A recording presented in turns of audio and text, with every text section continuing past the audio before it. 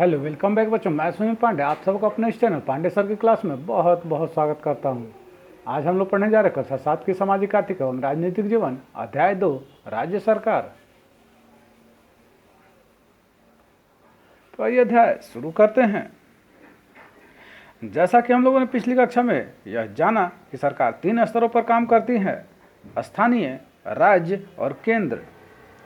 स्थानीय सरकार के बारे में हमने पिछली कक्षा में विस्तार से पढ़ा है। इस अध्याय में हम लोग जानेंगे राज्य स्तर पर सरकार कैसे कार्य करती है, विधायक कौन होता है, विधानसभा सदस्यों और मंत्रियों की क्या भूमिका है एवं लोग सरकार के सामने अपनी बातें कैसे रखते हैं। तो आइए जानें। आज पंचायत भवन पर विधायक जी आने वाले हैं। चुनाव प्रचार के दौरान उन्होंने इस गांव में प्राथमिक स्वास्थ्य केंद्र खुलवाने का वादा किया था, जो आज तक नहीं खुला। गांव के मुखिया ने लोगों को पंचायत भवन पर बुलाया है। जब मनीष के पिता पंचायत भवन के लिए निकले तो मनीष भी उनके साथ हो लिया। उसने रास्ते में कई लोगों को विधायक के बारे में बातें करते सुना। यहाँ के अधिकतर लोग समय से अपना इलाज नहीं करवा पाते, क्योंकि गांव में स्वास्थ्य केंद्र नहीं है और शहर का अस्पताल दूर है। जब किसी का स्वास्थ्य बिगड़ता है तो उन्हें शहर के अस्पताल ले जाना पड़ता है। दूरी के कारण कभी कभी तो मरीज की मौत अस्पताल ले जाने के रास्ते में ही हो जाती है। कुछ ही समय इंतजार के बाद विधायक उन सब के बीच मौजूद हुए। गांव के लोग नाराज नजर आ रहे थे कि अब तक स्वास्थ्य केंद्र क्यों नहीं खुला। विधायक ने फिर कहा कि वह जल्दी ही स्वास्थ्य केंद्र खुलवाने के लिए अनुमति दिलवाएंगे। मनीष को समझ में नहीं आया। उसने अपने पिताजी से पूछा, यह स्वास्थ्य केंद्र खोलने के लिए पैसे क्यों नहीं दे रहे हैं। पिताजी ने जवाब दिया कि स्वास्थ्य केंद्र खोलने के लिए पैसे सरकार के स्वास्थ्य विभाग द्वारा आएगा, पर मनीष अभी भी समझ नहीं पाया। आइए आगे इन बातों को इस पाठ में समझें। तो देखते हैं विधायक का चुनाव। भारत के सभी राज्यों में एक विधानसभा है। इस सभा के सदस्यों को विधायक अथवा एमएलए कहते हैं। आइए जानते हैं कि इन्हें कैसे चुना जाता है। प्रत्येक राज्य कई विधानसभा क्षेत्रों में बटा हुआ होता है। उदाहरण के लिए रीता देवी 2005 में पहली बार निर्मलपुर विधानसभा से चुनाव लड़ रही थी। उनके साथ इस विधानसभा क्षेत्र में राम अवतार एवं अन्य लोग भी अपनी अपनी किस्मत आजमा रहे थे। ये उम्मीदवार अलग अलग पार्टियों की ओर से खड़े हुए थे। इनमें कोई कांग्रेस पार्टी से, तो कोई भाजपा से, कोई राजद से, तो कोई जदयू से, तो कोई लोजपा से था। 2 उम्मीदवार निर्दलीय भी थे, जो किसी भी पार्टी से नहीं बल्कि अपने दम पर चुनाव लड़ रहे थे। सभी उम्मीदवारों ने पहले अपना नामांकन भरा। उसके बाद अपने प्रचार के लिए अपनी अपनी पार्टी के नेताओं का कार्यक्रम विधानसभा क्षेत्र के अलग अलग स्थानों पर आयोजित किया। कोई भी गांव या कस्बा ऐसा नहीं था जहां लोगों ने अपनी पार्टी का प्रचार न किया हो। इस तरह से सभी ने अपनी अपनी पार्टी के विचारों को लोगों तक पहुंचाया एवं अपने उम्मीदवार के लिए वोट मांगे। प्रचार के दौरान सभी पार्टियों ने अपने उम्मीदवारों की जीत की सुनिश्चित करने के लिए ढेर सारे वादे किए। राम अवतार ने मनीष के गांव में प्राथमिक स्वास्थ्य केंद्र खुलवाने का वादा किया। फिर आया चुनाव अथवा मतदान का दिन। निर्मलपुर विधानसभा के अधिकतर लोगों ने सुबह 7 बजे से ही अपने पसंद के उम्मीदवार की जीत सुनिश्चित करने के लिए इलेक्ट्रॉनिक वोटिंग मशीन के द्वारा अपने अपने मतों का प्रयोग किया। शाम 5 बजे सबकी किस्मत इलेक्ट्रॉनिक वोटिंग मशीन में बंद हो गई। उम्मीदवारों के प्रशंसक अपनी पसंद के उम्मीदवार की जीत की कामना कर रहे थे। कुछ दिनों बाद आया वोटों की गिनती का दिन। कुछ लोग टीवी से सटे हुए थे, तो कुछ लोग मतगणना केंद्र जहां पर मतों की गिनती होती है उधर जा रहे थे। 2 बजे गिनती समाप्त हो गई। राम अवतार को सभी उम्मीदवारों ने सबसे अधिक मत मिले। निर्वाचन पदाधिकारी ने राम अवतार की विजय होने की घोषणा की। इस प्रकार वह चुनाव जीतकर अपने क्षेत्र के विधायक बन गए। ये 5 वर्षों के लिए निर्वाचित हुए। आइए अब देखते हैं सरकार का बनना। कुल विधानसभा क्षेत्रों में जिस राजनीतिक दल को आधे से ज़्यादा निर्वाचन क्षेत्र में जीत मिलती है, राज्य में उस दल को बहुमत में माना जाता है। बहुमत प्राप्त करने वाले एवं सरकार बनाने वाले राजनीतिक दल को सत्ता पक्ष एवं अन्य सभी दलों को विपक्ष कहा जाता है। उदाहरण के लिए आगे दी गई तालिका को देखें। बिहार में कुल 243 विधानसभा क्षेत्र हैं। विभिन्न राजनीतिक दल के उम्मीदवारों ने 2005 का विधानसभा चुनाव जीता और वे विधायक बन गए। विधानसभा में कुल विधायकों की संख्या 243 है, इसलिए बहुमत प्राप्त करने के लिए किसी भी राजनीतिक दल को आधे से एक अधिक विधायक की आवश्यकता होगी, अर्थात 243 विधायक में से कम 122 की आवश्यकता होगी। बहुमत के नियम की आवश्यकता क्यों है? वह इसलिए कि सरकार उस दल की बननी चाहिए जिस दल को ज़्यादा से ज़्यादा लोग चाहते हों। लोगों ने अलग अलग क्षेत्रों से अपनी अपनी पसंद के उम्मीदवार को चुना जो विधायक बनकर विधानसभा में आए। जिस दल के पास आधे से अधिक विधायक है, अर्थात बाकी अन्य दलों की तुलना में उनके पास आधे से अधिक विधायक हैं, इसका अर्थ हुआ कि बाकी अन्य दलों की तुलना में उसके विधायक ज़्यादा हैं, यानी उस दल के लोग ज़्यादा चाहते हैं, इसलिए वह सरकार बना सकता है।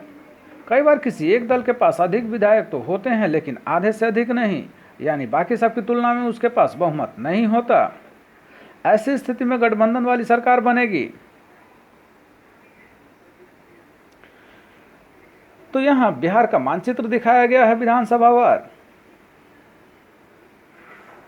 और नीचे बिहार विधानसभा चुनाव 2005 के परिणाम हैं। राजनीतिक दल और चुने गए सदस्यों की संख्या दिया हुआ है। भारतीय राष्ट्रीय कांग्रेस की संख्या है 9, भारतीय जनता पार्टी की संख्या है 55, जनता दल यूनाइटेड की संख्या है 88, राष्ट्रीय जनता दल की संख्या है 54, लोक जनशक्ति पार्टी की संख्या है 10, अन्य राजनीतिक दल की संख्या है 17, निर्दलीय हुए 10 और कुल हुए 243।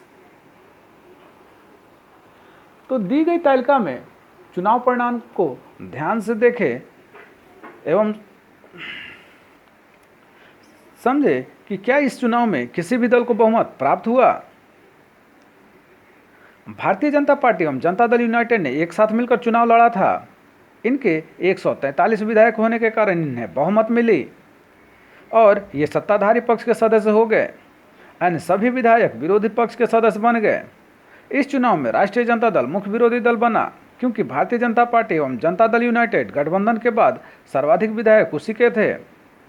विरोधी पक्ष में उन अन्य पार्टियों भी थी और कुछ निर्दलीय उम्मीदवार भी जो चुनाव जीत कर आए थे। चुनाव के पश्चात बहुमत प्राप्त करने वाले दल या गठबंधन अपने नेता का चयन करता है। इस चुनाव में भाजपा एवं जदयू गठबंधन के विधायकों ने श्री नीतीश कुमार को अपना नेता चुना और वे मुख्यमंत्री बन गए। आइए अब देखते हैं राज्यपाल। राज्य का पूरा प्रशासन राज्यपाल के नाम से ही चलाया जाता है। राज्यपाल राज्य प्रशासन के संवैधानिक प्रधान होते हैं। वह उस दल या गठबंधन के नेता को बुलाते हैं जिसे बहुमत प्राप्त हो और उसी को मुख्यमंत्री नियुक्त करते हैं।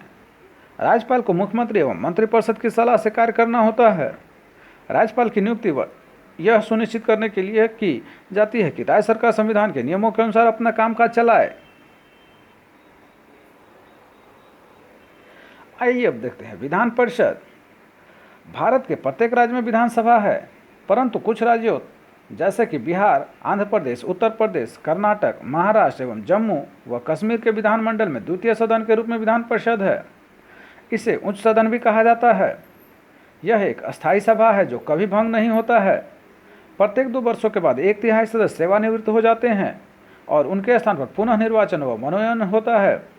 विधान परिषद के सदस्यों की सम संख्या उस राज्य के विधानसभा के कुल सदस्यों की संख्या के 1/3 से अधिक और किसी भी दिशा में सदस्यों की संख्या 40 से कम नहीं होगी। विधान परिषद के गठन में कुल निर्धारित सदस्य के 1/3 सदस्य नगर पालिकाओं, जिला पार्षदों एवं स्थानीय निकायों के निर्वाचक मंडल द्वारा, 1/3 सदस्य राज्य के विधानसभा के सदस्यों द्वारा, 1/12 सदस्य स्नातकों के निर्वाचक मंडल द्वारा एवं 1/12 सदस्य माध्यमिक एवं उच्च शिक्षा संस्थानों में कार्यरत शिक्षकों के निर्वाचक मंडल द्वारा निर्वाचित किए जाते हैं। शेष 1/6 सदस्य राज्यपाल द्वारा मनोनीत किए जाते हैं, जिन्हें साहित्य, कला, विज्ञान, सहकारिता, आंदोलन तथा सामाजिक सेवा में विशेष ज्ञान या व्यवहारिक अनुभव होता है। विधान परिषद की कार्यवाही को संचालित करने के लिए सदस्य अपने में से एक सभापति एवं एक उपसभापति का चुनाव करते हैं। झारखंड के अलग राज्य बनने के बाद बिहार विधान परिषद में कुल 75 सीट है। इनमें स्थानीय निकाय द्वारा 24, विधानसभा सदस्यों द्वारा 27, स्नातकों द्वारा 6 एवं शिक्षकों द्वारा 6 निर्वाचित सदस्य हैं। शेष 12 सदस्य राज्यपाल द्वारा मनोनीत होते हैं। आइए अब देखें विधानसभा में एक बहस। सभी मंत्रियों के अलग अलग कार्यालय होते हैं जहां वे सिर्फ अपने विभाग के कार्यों का संचालन करते हैं।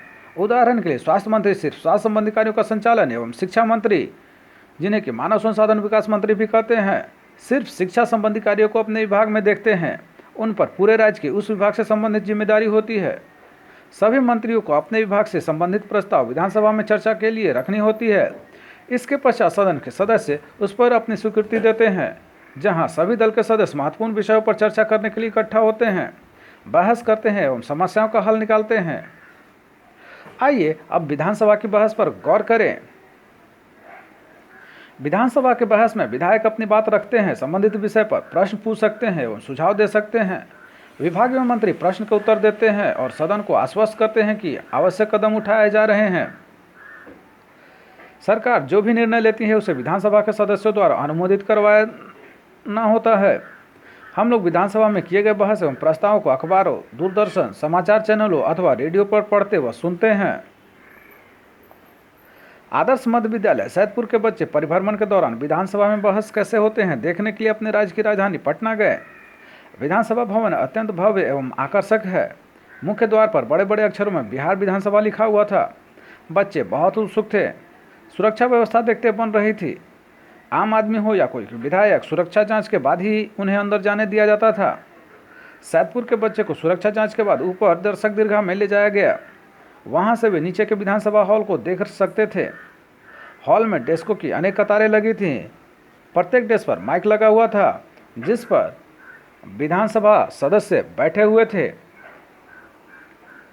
उनके सामने की कुर्सी पर विधानसभा अध्यक्ष बैठे हुए थे। बहस शुरू होती है तो एक विधायक कहते हैं, अध्यक्ष महोदय, जैसा कि हम सभी लोग जानते हैं, सरकार की यह योजना है कि सभी पंचायत में प्राथमिक स्वास्थ्य केंद्र हो। इसके बावजूद अधिकतर पंचायत में प्राथमिक स्वास्थ्य केंद्र आज तक नहीं खुला, जिसके चलते कई लोग समय से इलाज नहीं करवा पाते एवं उनकी मृत्यु हो जाती है। मैं स्वास्थ्य मंत्री से यह जानना चाहता हूं कि आखिर कब तक हमारे पंचायत के लोग इलाज के अभाव में मरते रहेंगे। दूसरा विधायक कहते हैं, अध्यक्ष महोदय, मेरा प्रश्न यह है कि एक तो हमारे पंचायत में प्राथमिक स्वास्थ्य केंद्र का घोर अभाव है। अगर कहीं स्वास्थ्य केंद्र खुला भी तो डॉक्टर की कमी है। इन स्वास्थ्य केंद्रों का इतना बुरा हाल क्यों? सरकार इन स्वास्थ्य केंद्रों पर डॉक्टर एवं चिकित्सा कर्मियों की नियुक्ति क्यों नहीं कर रही है? तीसरा विधायक कहते हैं, महोदय, मेरे निर्वाचन क्षेत्र में अधिकतर सड़कों की दशा आज भी बदतर है। बहुत सारे गाँव का संपर्क आज भी मुख्य सड़क से नहीं हो पाया है। आपकी सरकार यह दावा करती है कि हमने सड़कें बनवाई हैं, जबकि मेरे निर्वाचन क्षेत्र के अधिकतर गांव की स्थिति यह है कि व्यक्ति अगर बीमार पड़ जाए तो उन्हें शहर के स्वास्थ्य केंद्र पर पहुंचते 8 से 10 घंटे लग जाते हैं। अगर सड़क सही होती तो उन्हें गांव का संपर्क मुख्य सड़क से होता, तब वे 2 घंटे में शहर के स्वास्थ्य केंद्र में आसानी से पहुँच सकते हैं। अतः मैं ग्रामीण विकास मंत्री का ध्यान इस ओर आकर्षित करना चाहूँगा कि वे कब तक उन सड़कों को बनवा पाएंगे। तो इस पर मंत्री जवाब देते हैं, अध्यक्ष महोदय, मुझे लगता है कि माननीय सदस्य समस्या को बढ़ा चढ़ाकर बता रहे हैं। यह सत्य है कि सभी पंचायतों में प्राथमिक स्वास्थ्य केंद्र नहीं खुल पाया है, पर आशा कार्यकर्ता की नियुक्ति लगभग सभी गांवों में हो रही है। बड़े पैमाने पर नियत मानदेय पर चिकित्सकों की नियुक्ति की गई है। इतना ही नहीं, सरकारी अस्पतालों में मुफ्त में सभी दवाओं का वितरण एवं टीके दिए जा रहे हैं। 24 घंटे डॉक्टर अस्पताल में इलाज उपलब्ध करा रहे हैं। सरकार लोगों की मदद के लिए भरसक प्रयास कर रही है। अध्यक्ष महोदय, मुझे लगता है कि विरोधी पक्ष के साथी बिना वजह सरकार पर दोषारोपण कर रहे हैं। आज पूरे राज्य का शायद ही कोई गांव, शहर या गली मोहल्ला होगा जिसकी सड़क का पक्कीकरण अभी तक नहीं हुआ है। आपके निर्वाचन क्षेत्र के सड़कों का भी टेंडर हो चुका है, इसलिए चिंता न करें, शीघ्र ही वे सड़क भी बन जाएंगी। तो इस प्रकार हमने विधानसभा में चल रही बहस के विषय में जाना। यहाँ हमने देखा कि विधायकों ने अपने क्षेत्र की समस्या को विधानसभा में बहस के दौरान उठाया। विधायक अपने क्षेत्र का प्रतिनिधित्व होता है और उससे अपेक्षा की जाती है कि वे अपने क्षेत्र में दौरा करें, लोगों से मिले एवं समस्याओं का समाधान के लिए प्रयास करें। इस बहस में मंत्री महोदय ने उन्हें आश्वस्त करने की कोशिश की। मंत्री के ऊपर पूरे राज्य की जिम्मेदारी होती है एवं जिस विभाग का वह मंत्री होता है उसकी जवाबदेही भी। मंत्री पूरी तरह से सरकार के काम के लिए उत्तरदायी होता है। सरकार का मतलब शासन के विभिन्न विभागों एवं मंत्रियों से होता है और यही कार्यपालिका कहलाता है। दूसरी तरफ सभी विधायक जो विधानसभा में एकत्र होते हैं एवं कानून बनाते हैं उसे विधायिका कहते हैं।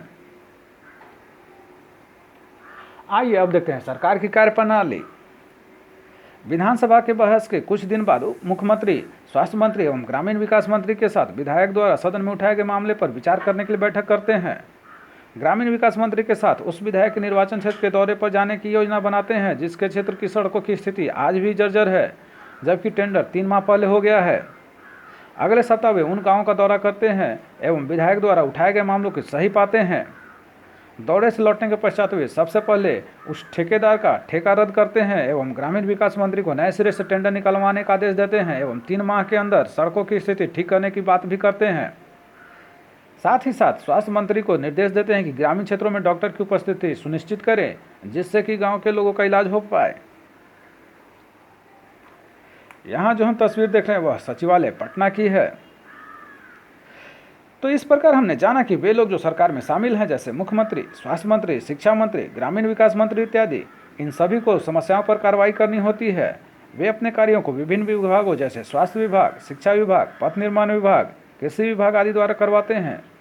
इन मंत्रियों को विधानसभा में उठाए गए प्रश्नों के उत्तर देना होता है एवं प्रश्नकर्ता को आश्वस्त करना होता है कि उचित कदम उठाए जा रहे हैं। साथ ही साथ इन विभागों के द्वारा जो भी कार्य किया जाता है उसका बजट सदन द्वारा स्वीकृत कराया जाता है। पुनः उस योजना की पूर्ति के लिए बजट में धन का प्रावधान अनुमोदन लाया जाता है। सरकार के कार्य के बारे में टीका टिप्पणी और सरकार से कार्रवाई करने की मांग सिर्फ विधानसभा में ही नहीं की जाती, बल्कि हम लोग प्रतिदिन अखबारों, रेडियो, दूरदर्शन चैनलों एवं अन्य संगठनों के सरकार के बारे में बातें करते देखते हैं। लोकतंत्र में लोग अनेक माध्यमों द्वारा अपने विचार व्यक्त करते हैं और अपनी मांग रखते हैं। तो आप सबको हमारा यह प्रयास कैसा लगा हमें ज़रूर कमेंट कर बताएं। हमारे इस चैनल पांडे सर की क्लास को जरूर से ज़रूर सब्सक्राइब करें और बेल बटन को दबाएं ताकि आने वाले वीडियो का नोटिफिकेशन आपको मिलता रहे। दूसरों के साथ इसे शेयर करें और हाँ, लाइक करना तो बिल्कुल ना भूलें। आपका लाइक करना ही हमारे मेहनत का फल है। धन्यवाद। Thank you.